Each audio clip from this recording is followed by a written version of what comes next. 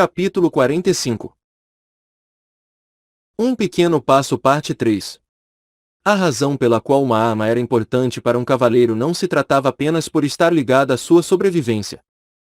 Era, de certo modo, uma expressão de certa lacuna que existia dentro das classificações. Quando as habilidades eram semelhantes, não. Quando as habilidades das pessoas eram quase iguais, a força da arma definiria quem era o melhor. E essa divisão determinaria tudo que o cavaleiro poderia ter: o salário anual, fama, prestígio e tudo mais. Uma espada pesada deixava uma clara imagem para trás enquanto cortava o ar. O objetivo desse ataque terrível era um tipo de tartaruga. No entanto, ela não era comum. Não. Era a grande tartaruga gigante. Era um monstro grande e raro. Com duas palavras demonstrando que seu tamanho não era apenas brincadeira. Essa criatura surgiu quando uma tartaruga conseguiu absorver alguma mana de maneira adequada e acabou se transformando em um monstro. Não era particularmente forte. Mas a força e a dureza de seu casco não podia ser considerada brincadeira. Infernos. Essa praga tinha até um tipo de imunidade que ignorava qualquer ataque com certa quantia de mana contida. Assim, embora a recompensa por seu casco, que poderia ser útil para fazer armas ou armaduras, fosse boa, aqueles cavaleiros que confiavam apenas em mana no lugar da força física não tinham chances contra este monstro. Oye. Desta vez, porém, foi diferente. A Zeirander feita de aço preto, que estava agora sendo usada por Zhou Ziyuki, cortou facilmente o casco da tartaruga. Este foi o efeito resultante do atributo da arma. Destruição material. Somado com as habilidades dele com uma espada pesada. Agora sim. Isso é bem diferente. Sério. Acreditei que quando essa peculiaridade de maestria com a espada pesada se tornasse conhecida você ficaria preso no nível intermediário pelo resto da vida. Essa com certeza é uma bela arma. O cavaleiro companheiro de Ziyuki, que testemunhou o evento, enviou alguns olhares e direcionou algumas palavras. Tudo cheio de inveja. Mas Zhou Ziyuki não se importou e apenas coçou a nuca enquanto pegava os pedaços do casco da tartaruga. Ele tinha uma peculiaridade: a maestria com a espada pesada. Quando empunhava uma espada pesada que exigia o uso de ambas as mãos, ele poderia demonstrar poder e habilidades incríveis. Mesmo sem qualquer treino, uma peculiaridade completa. Ou, em outras palavras, uma que não precisava de esforço para se usar. Era por isso que Zhou Ziyuki pôde virar um cavaleiro apenas uma semana após o despertar de sua peculiaridade. Contudo, isso só foi maravilhoso no começo, desde que sua peculiaridade era muito afetada pela qualidade das armas usadas. Logo se tornou um tipo de algema, fazendo com que ficasse preso no nível intermediário por 5 anos inteiros. Mas isso só foi até que colocasse as mãos na Zeirander do Orc. Haha, bem. Acho que sim. Hey. Aliás, você vai vender isso para aquele cara, né? Devo fazer um telefonema agora. Não. Zhou Ziyuki impediu que seu companheiro cavaleiro pegasse o telefone. Quero dar isso a alguém. Tem certeza? Se for assim. Bem, mas para quem você vai vender? Diante dessa pergunta, Zhou Jiuque esboçou um enorme sorriso. Não. Não vou vender. Só retribuir um favor. O que? Você vai dar isso para o ferreiro orc? Não é? Algo tão caro assim. Vou dar justo por ser caro. Como a grande tartaruga gigante era um monstro tão raro. O preço pela grama de seu casco era quase equivalente ao de ouro puro. Era o tipo de item que conquistaria ofertas de milhares de dólares no mercado. Sério mesmo. O rosto do companheiro cavaleiro estava cheio de incredulidade enquanto perguntava de novo. Ele estava pensando em como um pobretão poderia sonhar em dar algo tão valioso de presente. E é. No entanto, Zhou Jiuque apenas balançou a cabeça enquanto sorria. Os pedidos de entrevistas surgiram aos montes. Kim Sae-jin por fim percebeu que havia tantos meios de comunicação na Coreia do Sul. Mais de 50 desses meios entraram em contato com ele. A princípio, pensou em recusar tudo. Mas depois lembrou de um evento do passado. Quando o ferreiro orc se tornou alvo da mídia. Então, aceitou receber apenas as 4 equipes de comunicação mais conhecidas. Mas mesmo isso se provou um grande avanço. Claro que ele sabia o motivo das visitas. Mas, bem, para que tinham de fazer tantas perguntas? Cada uma das entrevistas desperdiçou pelo menos meia hora. Além disso, embora provavelmente não fosse mais do que uma pergunta descartável ou uma fofoca, um dos repórteres perguntou inclusive sobre a participação do Laika em sua associação. A palavra Laika era derivada do termo Lycanthropoi. Embora aquela criatura fosse vista como uma subespécie humana, ainda tinha alguma semelhança exterior com monstros. De modo que rumores acabaram surgindo. Ah. Bem. Esta é a última pergunta. Você está planejando admitir novos membros em sua associação? Um monstro. Seja como um recrutamento público, aberto ou algum caso especial. Digo. Não é verdade que muitos caçadores e cavaleiros mesmo estão encarando a associação do Sr. Sae-jin como um alvo potencial para inscrição. Já era a 4ª última pergunta. Isso fez com que Sae-jin suspeitasse de quantos finais existiriam. Mas ele ainda sorriu com firmeza e seguiu em frente. Bem, no momento não há nenhum plano. Infelizmente. Sou do tipo que evita mostrar muito a cara. Ahá. Então, para se juntar à sua associação, a pessoa deve, primeiro, se tornar sua amiga. É isso. E? Ah, bem. Sim. Pode ser. Por sorte. Dessa vez foi mesmo a última pergunta. O repórter agradeceu pelo tempo e curvou-se antes de partir. Graças a isso, o limite de tempo para manter a forma humana estava quase acabando. Enquanto se preparava para ir para casa o quanto antes, alguém bateu na porta de seu escritório. Quem é? Eufras. Eufras era um dos empregados selecionados por Azeline para o arsenal. Seu papel oficial era o de gerenciamento dos funcionários. Como seu nome ocidental já deixava implícito, sua raça era élfica e, como resultado, seu orgulho era bastante elevado. Pois não? Um cavaleiro chamado Zhou Jiuque enviou um presente para você. Ele se aproximou com a caixa de presente e a colocou sobre a mesa do gerente, demonstrando respeito e educação.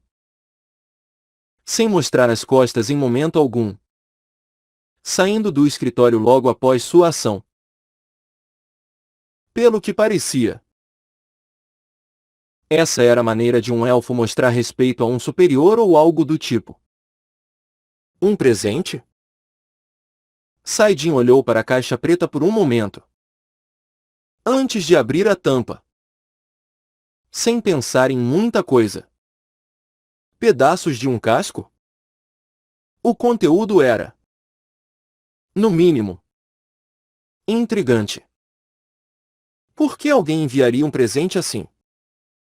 Mas antes que pudesse terminar seu pensamento, a janela de informações apareceu para educar muito bem o Saidin ignorante.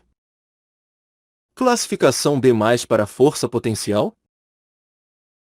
O nível de força potencial indicava a classificação máxima que o material poderia alcançar depois de trabalhado. Algo B+ estava bem próximo de adamantium, junto com os pedaços de casco de tartaruga. Zhou Jiu que enviou também uma carta escrita à mão. Nisso, ele descreveu o quanto sua vida tinha mudado graças à nova espada, demonstrando toda a sua gratidão. Que cara incrível! A expressão de Saidin após a leitura da carta estava elegível. Afinal de contas, ele nunca recebeu um agradecimento sincero de ninguém antes. Era janeiro, o mês dos piores calafrios. O mês de janeiro podia ser tão frio que a maioria das pessoas preferia ficar em casa. Mas acontecia de também ser um dos meses mais movimentados para os cavaleiros. Não eram apenas os exames de progressão da classificação que aconteciam a cada semestre. Como também havia a questão do duelo de cavaleiros, que era uma batalha entre cavaleiros, colocando a honra de suas ordens em jogo. Além disso, também tinham que estar atento à dita onda de monstros, que sempre acontecia durante o inverno. Além disso, as batalhas dos duelos de cavaleiros eram transmitidas ao vivo. Já fazia 5 anos. Então acabava colocando mais pressão nos participantes. Alguns deles, que gostavam de chamar atenção para si mesmos, esperavam pela oportunidade ansiosos, querendo demonstrar suas habilidades. Eu posso sentir a parede. Entende? Graças a todas essas situações, uma jovem estudante, que deveria estar desfrutando das férias de inverno, estava treinando com um cavaleiro. Parede? Que parede? Você sabe. Essa coisa. Um muro intransponível. Hoje em dia, até meu nível não está mais subindo. Oh! Naquele momento, a voz de Liu Sai-yung parou de soar pelo telefone. Foi um deslize cometido ao soltar a língua depois de uma longa sessão de treinamento. Sua peculiaridade parou? E é. Bem. Mas. Se for para o Oppa, então posso contar. Mas, por favor, mantenha em segredo. Em segredo das outras pessoas. Ok? Quando Saidin respondeu que estava de acordo com isso, ela voltou a despejar reclamações. Claro. A garota parecia estar sofrendo com a pressão, já que se tornou uma cavaleira muito antes de virar adulta e teve que treinar como se não houvesse amanhã, passando 14 horas diárias fazendo o mesmo. Ah! Minha atual contagem é de 8 vitórias e 28 derrotas. Sei que estou lutando com cavaleiros de nível intermediário. Mas, ainda assim, isso não é exagero. Oh. Ok. Aliás, Saidin, De repente, lembrou de um modo para ajudar Yu Sai-young. Tatuagens mágicas. Mesmo se alguém dissesse que uma garota de sua idade não devia fazer uma tatuagem, se fosse uma da cor da pele, não criaria nenhum problema para que pudesse seguir com sua vida normal. Ele sabia disso, já que tinha feito uma em seus próprios braços. A tatuagem que fez em si mesmo tinha os seguintes efeitos. Um pequeno passo, 3. Você não quer tentar uma tatuagem? E? Sobre o que é que você está falando? Como esperado. Ela pareceu descrente. Afinal, não seria uma tatuagem em uma garota qualquer, mas sim no corpo da preciosa filha de um poderoso Chaebol. Até ele achou que era má ideia perguntar isso. Então, murmurou alguma desculpa incompreensível e tentou encerrar a chamada. Não. Espere aí. Opa! Por que de repente você mencionou uma tatuagem?